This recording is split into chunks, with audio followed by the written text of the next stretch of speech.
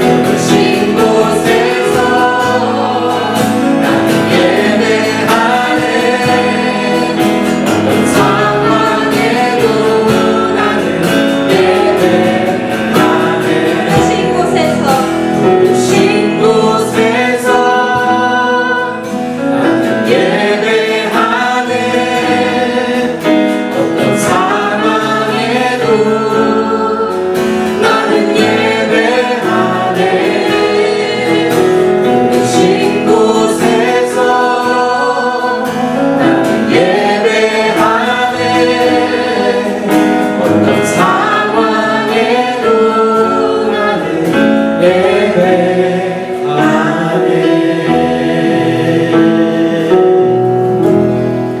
지난 15일 날 한국에서 있었던 일인데요. 112에 전화가 왔습니다. 흐느끼는 목소리로 어떤 여성분이 전화를 해서 막 울면서 이렇게 이야기하는 거예요. 내 남편이 내가 내 남편을 죽인 것 같아요. 끔찍한 이야기죠. 내가 내 남편을 죽인 것 같아요 라고 막 울면서 전화가 왔습니다. 그 전화를 받고 경찰과 구급대원들이 그 주소지에 도착을 했는데 60대의 남성이 머리에 피를 흘리면서 쓰러져 있었고요. 그 남편을 급하게 병원으로 옮겼는데 병원으로 옮기자마자 숨을 거두셨습니다. 그런데 똑같은 아주 비슷한 사건이 3일 전에 이 112에 접수된 적이 있는데요. 같은 여자분으로부터 접수가 된 사건이었습니다. 사실 이 남편분이 술을 드시면 이렇게 술 주정을 하는 그런 버릇이 있으셨는데 이 지금 돌아가시기 3일 전에도 집에 들어와서 술을 드시고 집에 들어와서 이렇게 주정을 부리자 이 아내가 이 마늘을 빻는 이 절구통을 가지고 남편의 머리를 내리쳐서 이 남편이 그래도 아마 다행히 좀 빗 맞으셨던 것 같아요. 밖으로 도망쳐 나가서 아는 사람 집에 숨었던 적이 있습니다. 경찰에 신고가 되어졌는데 결국 자기도 술을 먹었고 제 아내도 고의로 그런 것은 아닐 것이다 해서 서로 합의를 하고 화해를 하고 이렇게 처벌받을 것을 원치 않아서 그래서 그냥 집으로 돌아가서 화해가 되어졌는데 3일 뒤에 남편이 또 술을 먹고 똑같이 집에 들어와서 주정을 부리자 이번엔 벽돌로 아내가 남편의 머리를 내리쳐서 사망하게 되어진 사건입니다. 물론 좀 더 깊게 들어가 보면 그 가정만이 가지고 있는 어떤 어려움이나 문제가 아마 있을지도 모르겠습니다. 하지만 언제부터인가 우리가 한국에 있는 뉴스나 또는 소식들을 들을 때 깨어진 가정, 깨어진 부부관계, 깨어진 부모와 자식 관계에 대한 이야기를 상당히 많이 듣게 되어집니다. 부모가 자식을 방치하여 죽이는 사건들이 최근에도 계속 일어났고요. 또 부부가 뭐 지금은 아내가 남편을 쳤지만 사실 남편이 아내를 때리는 일은 이것보다 훨씬 더 많이 한국에서 일어나고 있는 것이죠. 아주 심각한 문제가 우리 주변에 펼쳐지고 있다라고 해도 과언이 아닙니다. 제가 그래서 어떤 목사님의 그 페이스북 글을 읽었는데 실제로 얼마나 정확히 조사된 것인지는 모르지만 5월달이 되어지면 교회의 예배 출석률이 떨어진답니다. 많이 떨어진답니다. 그래서 그 이유가 무엇인가 했더니 대부분이 5월달 되어지면 설교의 내용이 가정에 다르기 때문에 뭐 효도에 관한 것 또는 부모와 자식 간에 또는 부부 간에 또는 뭐 스승과 제자 간에 이런 관계에 대한 설교들을 계속해 나가는데 현재 실제로 우리들의 삶은 그 부분에 있어서 많이 깨어져 있고 어려움을 당하다 보니까 더 이상 그런 설교를 듣기가 편하지가 않은 것이죠. 그래서 5월달만 되면 여행을 주로 많이 가신답니다. 예배보다 왜냐하면 교회 가봤자 듣고 싶지 않은 이야기들을 어쩔 수 없이 들어야 되는 것 그게 오늘날 우리의 현실이기도 합니다. 제가 이 기사를 보고 또 그 글을 읽으면서 아주 큰 문제를 하나 발견했습니다. 그것은 우리가 영적 전쟁에 대해서 지금까지 이야기했는데 이 영적 전쟁, 뭐 진리의 허리띠를 띠고 복음의 신발을 신고 믿음의 방패를 들고 성령의 검을 들고 뭐 무장을 하는 것은 다 좋은데 문제는 뭔가 하면 그렇게 한 다음에 누구랑 싸울 것인가 이게 더 중요하거든요. 그렇죠? 무장하는 것도 중요하지만 무장한 다음에 누구랑 싸우느냐가 더 중요한 문제입니다. 그런데도 우리가 정말 그 대상을 바로 알고 있는가? 우리는 내 가족 또 내 옆에 있는 사람, 내 동료들을 혹시 원수로 생각하고 거기랑 싸우느라고 진을 빼고 있진 않은가 하는 것을 우리가 한번 돌아봤으면 좋겠습니다. 그래서 오늘은 이 영적 전쟁의 마무리를 지면서 우리 지난 시간에 했던 이 모든 영적인 무기들을 다 갖춘 후에 누구랑 어떻게 싸울 것인가, 이 두 가지를 하나님의 말씀을 통해서 우리가 함께 나누려고 합니다. 여러분들이 바른 대상, 그 다음에 바른 방법을 가지고 싸우는 여러분들이 되시길 주의 이름으로 축복합니다. 자, 첫 번째는요, 우리의 싸움의 대상인데요, 12절입니다. 아까 주보에 우리가 읽었던 12절 한번 다 같이 읽겠습니다. 시작. 이제 싸움은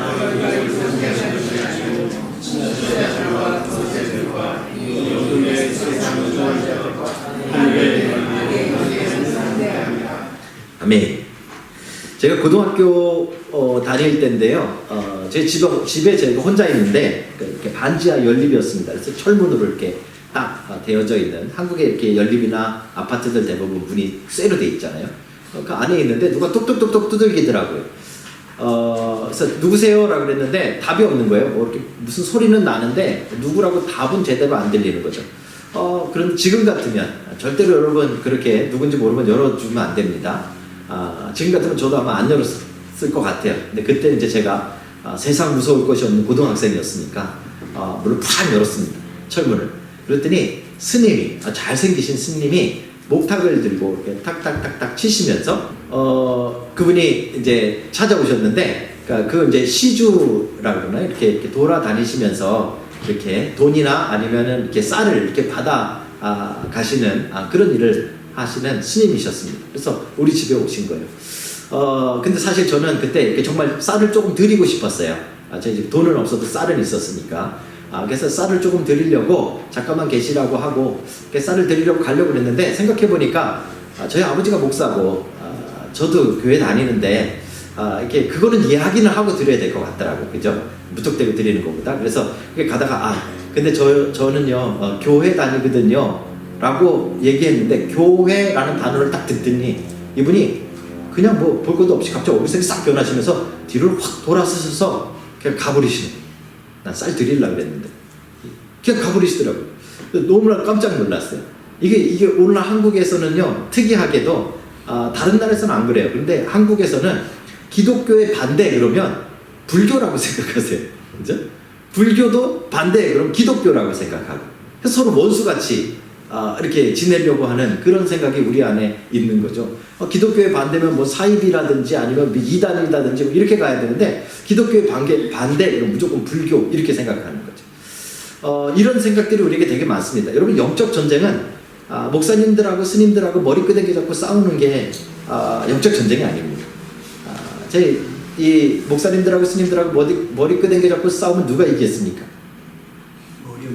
네, 스님들이 이기겠죠. 네. 목사 편에서 나갈 사람은 저밖에 없습니다. 웬만해서는, 그죠?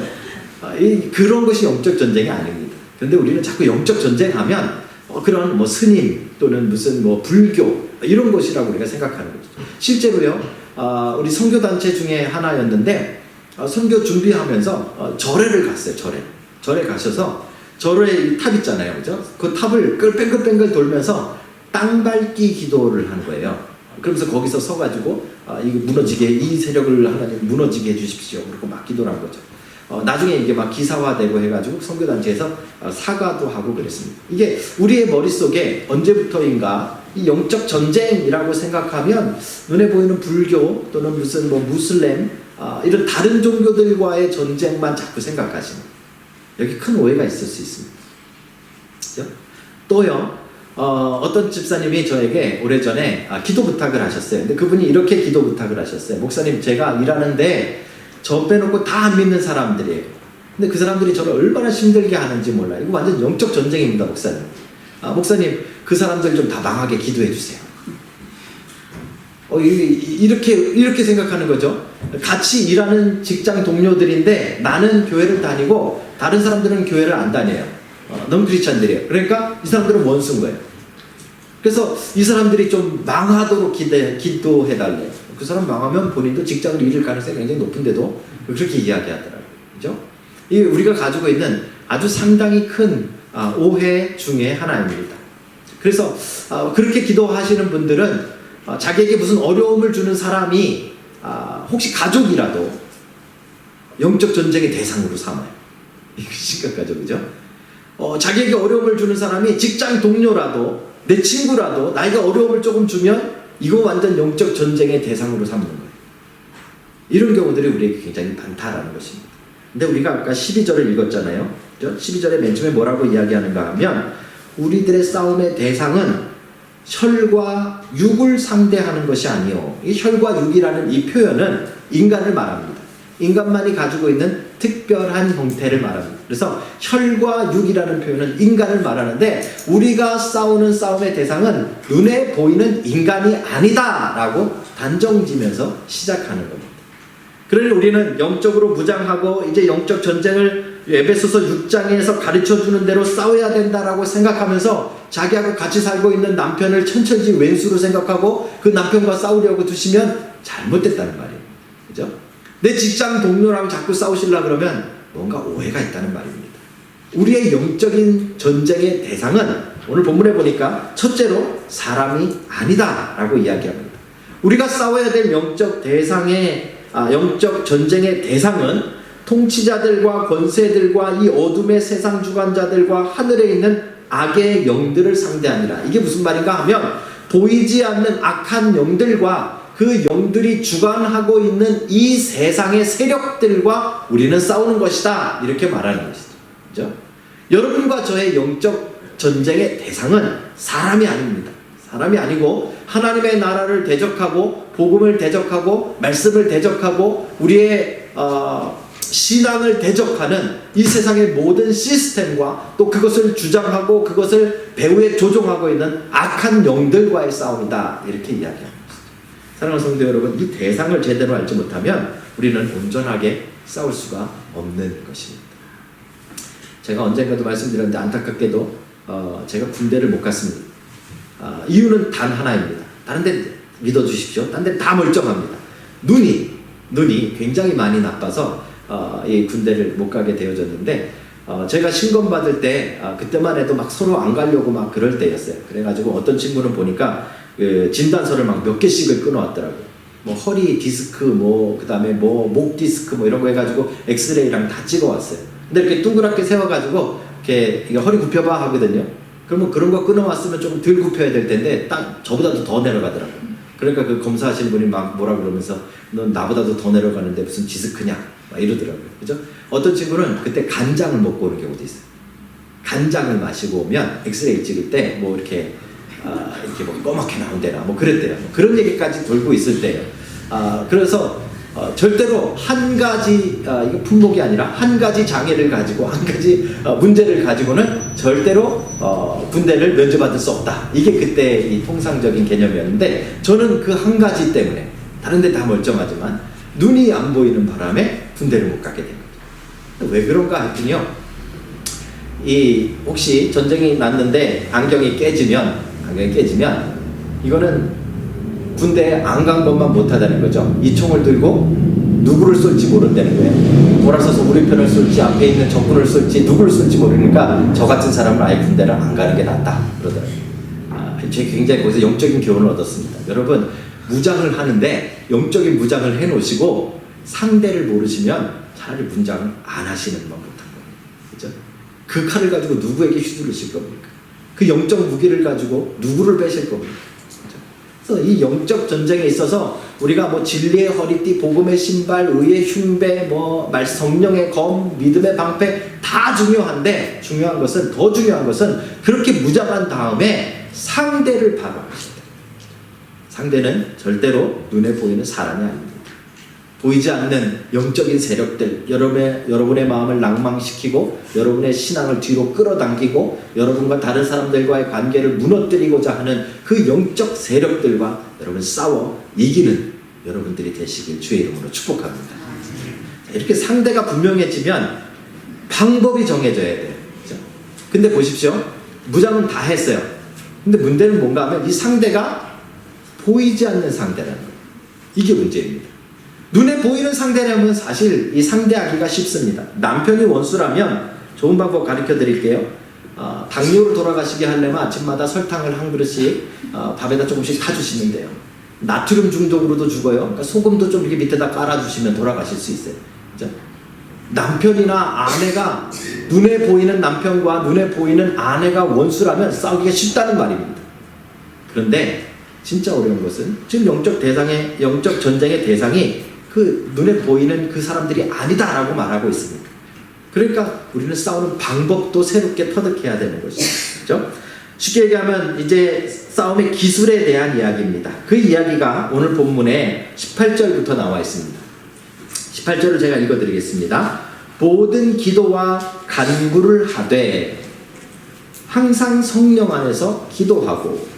재밌게도 바울이 에베소서 6장에서 이 영적 무장에 관한 모든 장비들을 다 이야기했어요. 믿음의 방패와 성령의 검, 즉 하나님의 말씀을 들으라, 가지라 라고 말해놓고 그 다음에 이어서 뭐에 대한 이야기가 나오는가 하면 기도에 대한 이야기가 나옵니다.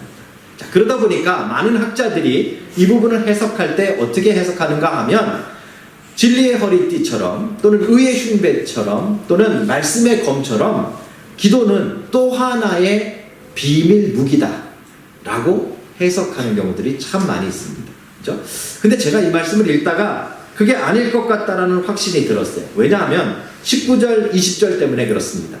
이게 또 하나의 무기를 설명하는 것이 아닌 증거가 19절인데요. 바울이 자기를 위해 기도해달라고 요청을 하면서 이렇게 이야기합니다. 또 나를 위하여 구할 것은 내게 말씀을 주사 나로 입을 열어 복음의 비밀을 담대히 알리게 하옵소서 할 것이니. 무슨 이야기인가 하면 아까 나왔던 여러 가지 무기 가운데 공격용 무기인 마지막 말씀의 검이 다시 등장하고 있는 거예요. 그러니까 이 기도와 말씀의 검을 연결해서 보자면 기도가 또 다른 무기라기보다는 이 말씀의 검을 활용하는 방법이라고 보시는 것이 더 맞다는 말이죠. 그죠? 이해하시죠? 그러니까 이제 18절부터 나와 있는 기도는 앞에서 이야기한 무기에 한 가지를 더 더하는 것이 아니라 앞에서 이야기한 그 무기들을 어떻게 여러분들이 어떤 전쟁터에서 어떤 방법으로 쓸 것인가에 대한 이야기라는 것입니다. 말씀의 검을 휘두르는 방법이 기도라는 말입니다. 그렇죠? 이게 굉장히 중요한 겁니다. 이 싸울 때 이 싸움의 방법을 모르고 아무렇게나 휘두르시면 내 편도 다치고 나도 다칩니다.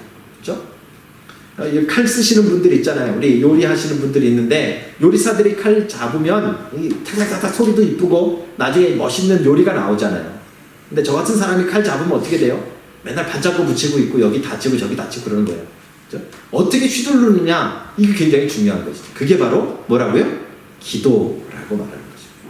자, 그렇다면 이 말씀의 검 또 많은 영적인 무기들을 어떻게 휘두르는 것이 제대로 휘두르는 것일까? 다시 말하면 어떻게 기도하는 것이 제대로 기도하는 것일까? 우리는 이 기도하는 방법에 대해서 너무 모르고 있어요. 다시 말씀드리면 여러분들이 막 휘두르신다는 말이에요. 기도는 그냥 내 마음대로 하면 되는 줄로 착각하고 계시는 거죠. 제가 4년 전에 웰링턴으로 내려올 때 이제 이 짐을 다 정리하고 오클랜드 짐들을 다 정리하고 내려와야 되는데 여러분 20년 동안 살았으니 얼마나 짐이 많았겠어요. 오클랜드에서. 그래서 차에다가 넣다가 이제 안 될 만한 것들을 미리 계산을 했어요. 그래서 큰 거, 소파 이런 거 버리고 또 무거운 거, 세탁기, 냉장고 이런 거 버리고 그러다 보니까 내려오면 꼭 필요한 거 있잖아요. 그래서 세탁기를 처음으로 새 거를 사게 됐습니다. 이민 와서 처음으로 새 거를 사는 거예요. 근데 사러 갔더니 제 아내는 뭐 이렇게 위로 뚜껑을 열고 이렇게 넣는 거가 좋대요. 근데 저는 좀 그거보다는 요즘 이게 유행하는 거 있잖아요. 그러니까 뭐 프론트 로딩이라고 그러면 앞에로 가지고 쫙 넣는 거. 이게 좀 멋있어 보이더라고요. 그래서 그걸 사자고 제가 우겼어요. 그래가지고 결국은 제 뜻대로 그 앞에 뚜껑 열어서 넣는 세탁기를 구입을 했습니다. 새 걸로. 부러우시죠? 그래가지고 그거를 오클랜드에서 주문하고 웰링턴에서 그걸 받은 거예요. 웰링턴에 이제 도착을 해서 이삿짐을 다 나르고 며칠 뒤에 세탁기가 돌아왔어요. 세탁기를 놓고 세탁기는 간단합니다. 제일 중요한 게 우리 정호철 더 잘 아시겠지만 밸런스를 잘 맞춰야 되잖아요, 그죠? 밸런스 딱 맞추고 뒤에 이 파이프만 이 선만 안 세게 딱 연결하면 그러면 끝나는 거죠. 간단하게 딱 연결을 다 했습니다. 제가 원래 죄송합니다. 잘난 척을 좀 많이 하는데 손재주가 좀 있는 편입니다. 그래서 뭐 그런 거는 뭐 뚝딱뚝딱 하죠. 딱 해서 단추를 딱 눌렀는데 세탁기가 이렇게 돌아가야 되는데 세탁기가 브레이크 댄스를 치는 거예요. 막 우당탕탕 우당탕탕. 너무 깜짝 놀랐어요. 내가 뭐 잘못했나 보다. 다시 끄고 다시 밸런스를 딱 올려놨어요. 그랬더니 잘 맞아요. 그래서 다시 조정해놓고 또 틀었어요. 그랬더니 막 우당탕탕 우당탕 또 그러는 거예요. 제 아내를 불러가지고 이제 보여줬어요. 여보 이거 이상하다.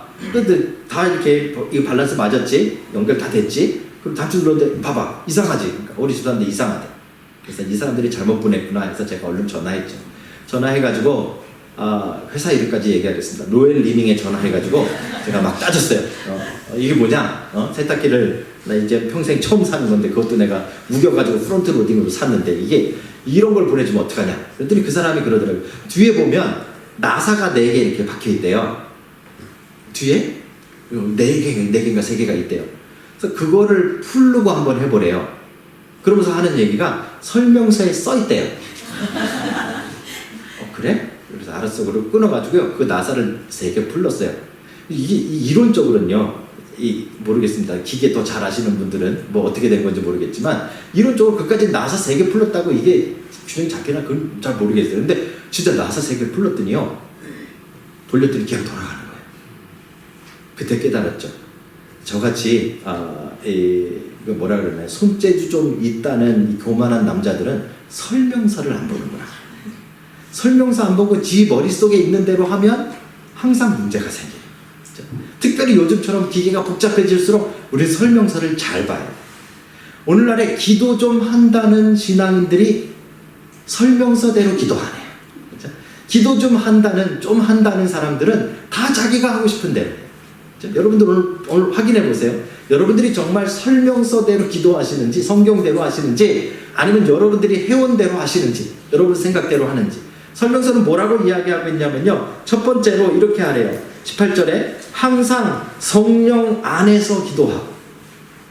기도를 해야 되는데 기도가 영적인 무게를 휘두르는 방법인데 어떻게 해야 되는가 하면 항상 성령 안에서 기도하고 성령 안에서 성령을 통해서 성령으로의 인도하심을 받아 다 똑같은 말이에요. 우리는 어떻게 기도하나요? 우리 이렇게 기도합니다. 하나님 오늘 김 집사가 양복 한 벌 새로 입고 왔는데 저도 한 벌 주세요. 우리의 욕심을 따라 기도하는 거예요. 그죠?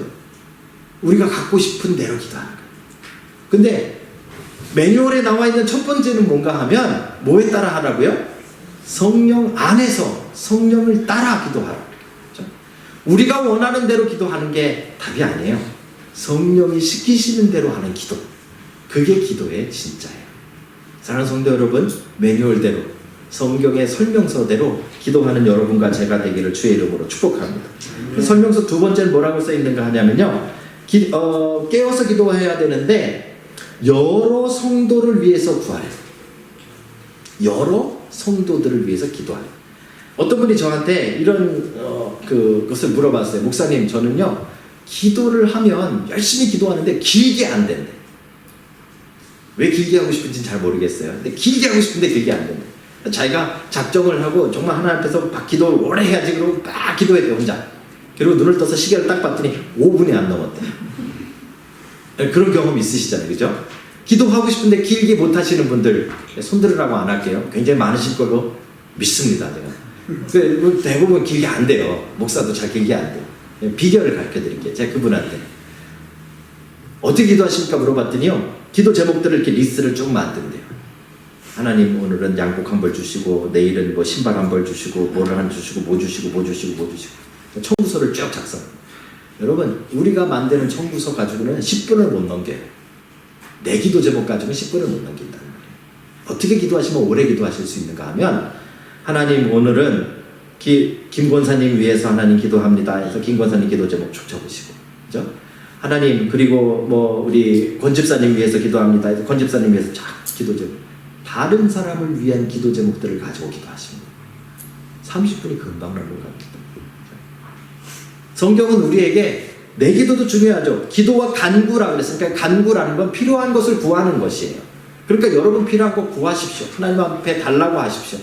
그 아들된 우리로서, 자녀된 우리로서 당연히 해야 될 일입니다. 그런데 하나님이 주신 매뉴얼에 보니까 그것도 구하지만 더 중요한 것은 내 거 말고 다른 성도들의 필요를 위해서 구하라고 말합니다.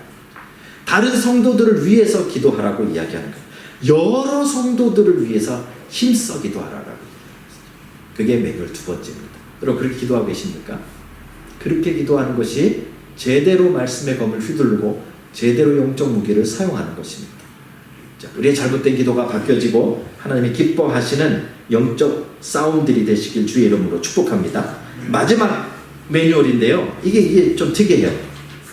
오해가 생길까봐 좀 설명을 좀 드려야 되는데 19절인데요. 이렇게 이야기합니다. 또 그러니까 아까 이야기한 다른 여러 성도들을 위해서 기도하고 그리고 나서 또 한 가지 더 기도해야 되는데 나를 위하여 구할 것은 여기 나는 누구입니까? 사도 바울을 위해서 기도하는 거죠. 사역자를 위한 기도입니다. 나올 것이 나왔죠. 여러분들 사역자를 위해서 얼마나 기도하십니까? 여러분 목회자를 위해서 얼마나 기도하십니까? 제가 보니까 별로 그렇게 많이 기도 안 하시는 것 같아요. 제 기도 제목을 좀 가르쳐 드릴게요. 제가 살을 조금 한 5kg 좀 빼야 될 것 같고요. 그래서 여러분 잘 아시듯이 저에게 굉장히 중요한 머리카락입니다. 하나님 우리 강 목사를 위해서는 하나님 살 좀 조금 빠지고 그다음에 머리도 좀 나게 해주세요. 꼭 이렇게 기도해 주시기 바랍니다. 그렇죠? 근데 이 기도 제목은 뭐예요? 오늘 바울이 이야기한 기도 제목이 아니에요. 우리는 사역자를 위해서 기도하라 그러면 자꾸 이런 거 생각하거든요. 근데 오늘 본문에서 말하고 있는 사역자를 위한 기도는 눈에 보이는 저의 필요를 채우는 기도를 이야기하는 게 아니에요. 그거는 그냥 여러 성도들을 위한 기도 중에 하나예요. 그러니까 여러분들 다른 분들 위해서 기도하다가 제 머리카락을 위해서 좀 같이 기도해 주세요. 그건 감사한 일이에요. 그죠? 근데 여기서 말하는 사역자를 위한 기도는 그게 아니고요. 그 사역자가 입을 열어 담대히 하나님의 말씀을 복음의 진리를 증거하게 하옵소서라는 기도예요. 이건 무슨 이야기인가 하면 하나님 나라를 확장하는 그 영적 전쟁에 여러분이 참여하는 것이죠. 그죠? 그게 정말 여러분들이 사역자를 위해 기도하는 것이고 그게 여러분들이 영적 전쟁에 참여하는 세 번째 방법이에요. 여러분들 기도 제목 가운데 하나님 나라를 위해서 얼마나 기도하고 계십니까? 여러분들 기도 제목 가운데 하나님 나라를 위한 기도가 얼마나 되십니까? 안 하고 있잖아요. 그렇죠? 그러니까 우리 마음대로 우리는 휘둘르고 있는 거예요. 결국 우리 마음대로 휘둘르면 탈이 나고 다치게 되어져 있습니다. 사랑하는 성도 여러분, 매뉴얼대로 기도하시는 여러분 되시길 주의 이름으로 축복합니다. 성령 안에 기도하시고 내 욕심대로가 아니라 다른 사람들을 위한 기도, 나만을 위한 것이 아니라 다른 이들을 위한 기도가 더 능력 있는 걸 여러분 경험하십시오. 그리고 세 번째로요, 사역자를 위한 기도는 하나님의 나라, 하나님의 말씀을 위한 기도가 여러분 안에서 계속되어지기를 주의 이름으로 축복합니다. 자, 이제 한번 상상해 보십시오. 진리의 허리띠, 의의 흉배, 복음의 신발, 믿음의 방패, 성령의 검인 하나님의 말씀을 들고 보이지 않는 그 악한 세력들을 향해서 어떻게 싸우라고요? 기도로 싸우는 거죠. 승리하는 여러분들이 되시길 주의 이름으로 축복합니다. 지지난주였나요? 우리가 지난주에는 어버이 주일로 함께 모였고 원래는 사실 5월 9일 그날 어버이 주일을 하려고 했는데 그 전날 뭐 한인의 행사도 있고 뭐 여러 가지 준비가 조금 덜 되어져서 저희가 한 주를 미룬 것이죠. 그래서 저도 5월 9일 날에 주일학교 아이들은 그냥 부모님께 뭐 카드 쓰는 걸 한다 그래서 그거 막 준비하고 막 아침에 일어나서 분주하게 막 일을 보고 있었습니다. 그리고 이제 아침을 먹기 위해서 저랑 저희 어머니랑 제 아내랑 셋이 앉아서 아침을 먹고 있는데 카톡이 하나 왔어요. 목사님 지금 통화 가능하세요? 라고 카톡이 왔어요. 보통 주일날 아침에 저에게 카톡을 하는 경우는 픽업 때문에 대부분 하시는 거고 그 외에는 별로 하실 일이 별로 없습니다. 그죠? 그래서 저도 이제 농담으로 근데 그 친구가 여기에 있다가 오클랜드로 올라간 지 얼마 안 된 친구예요. 그래서 저도 우리를 배신하고 가더니 잘 지내냐 뭐 이렇게 보내려고 치고 있는데 이상한 생각이 드는 거예요. 이 아침에 주일날 아침에 나한테 이렇게 전화를 왜 급하게 하고 싶어 할까? 그래서 다시 지우고 무슨 일이 있니? 그랬더니 통화를 하고 싶대요. 그래서 전화번호를 보냈어요. 그랬더니 자매가 울면서 전화했어요. 목사님, 어젯밤에 우리 아버지가 돌아가셨어요. 그래서 오늘 아침에 지금 한국에서 엄마한테 연락을 받았는데 우리 남편은 지금 어제 늦게 자가지고 아직 못 일어나고 남편한테 깨워서 말하기도 조금 그렇고 혼자 너무 새벽에 전화를 받고 힘들어하다가 목사님한테 전화했어요. 그래 잘했다. 근데 여러분 그런 전화가 오면요, 목사인 저도 많은 경험하는 일이지만 참 어떻게 뭐라고 위로해 줄 마음이 참 없어요. 그 자매의 이야기가 너무 일들이 잘 되어졌대요. 남편도 직장을 구하고 자기도 구해서 오클랜드로 올라가고 집도 구하고 여러 가지 일들도 잘 풀려지는 것 같았는데 예상치도 못하게 어버이날 저녁에, 그것도 하필 어버이날 저녁에 아버지께서 갑자기 돌아가신 거예요. 그래서 내가 뭘 어떻게 해줄까 그랬더니요, 아침에 일어났는데 기도를 하고 싶더래요. 그래서 목사님이 함께 기도해 주셨으면 조금 마음이 나을 것 같아서 전화했어요. 그래서 제가 방으로 들어가서 같이 울면서 막 전화로 기도했어요. 다희자매의 이야기입니다. 그러고 나서 제가 깨달았어요. 보통 우리가 어려운 일을 당하거나 큰 문제가 생기면 다희처럼 먼저 기도할 생각을 잘 안 하는 거예요. 그렇죠? 우리는 우리의 마음이 상하거나 우리가 어떤 문제에 부딪히거나 어떤 어려움을 겪으면 그것을 어떻게 해결할까를 찾아다니지 기도할 생각을 잘 안 하는 거예요. 왜 그럴까요? 이 기도가 영적으로 싸우는 유일한 방법이라는 사실을 모르고 있기 때문에 그런 거예요. 그렇죠? 그러니까 우리는 우리가 할 수 있는 방법을 다 해보고 우리가 도움받을 수 있는 사람의 손길을 다 찔러보고 눌러보고 확인해보고 그래도 안 되면 그제 와서야 우리가 하나님 앞에 기도하려고 하죠. 잘못된 거예요. 성경은 우리에게 분명하게 지금 이야기하고 있는 거죠. 기도가 우리가 영적으로 싸우는 유일한 방법이에요. 여러분들이 영적으로 무장하셨다면 그 다음에 더 중요한 거예요. 영적으로 싸워야 될 거 아니에요. 싸우는 방법은 보이지 않는 영적인 세력과 보이지 않는 악한 영들과 보이지 않는 그것들과 싸울 수 있는 유일한 방법은 기도밖에 없는 거예요. 기도밖에. 그래서 제가 다시 전화를 받고 막 크게 깨우쳤어요. 나도, 목사인 나도 이게 영적 전쟁인데 영적 전쟁이라고 말을 하면서 영적 전쟁에 대한 설교를 지금 3주째 하고 있는데 나는 지금 어디 가서 뭘 휘두르고 있는가? 사랑하는 성도 여러분, 영적 전쟁을 어떻게 치르고 계십니까? 여러분과 함께 살라고 하나님이 붙여주신 가족들, 함께 지내라고 하나님이 허락해 주신 그 동료들을 영적 전쟁의 대상으로 착각하면서 살아가고 있지는 않습니까? 천만의 말씀입니다. 여러분과 제가 싸울 수 있는 방법은 기도밖에 없습니다. 왜냐하면 우리가 싸워야 될 대상이 보이지 않기 때문에 그렇습니다. 여러분, 싸워 이기는 여러분 되시길 주의 이름으로 축복합니다. 어떤 문제든지 기도밖에는 그 일을 이룰 수 있는 방법이 없다고 믿으십시오. 모든 문제 앞에서 제일 먼저 여러분 무릎 꿇어 기도하십시오.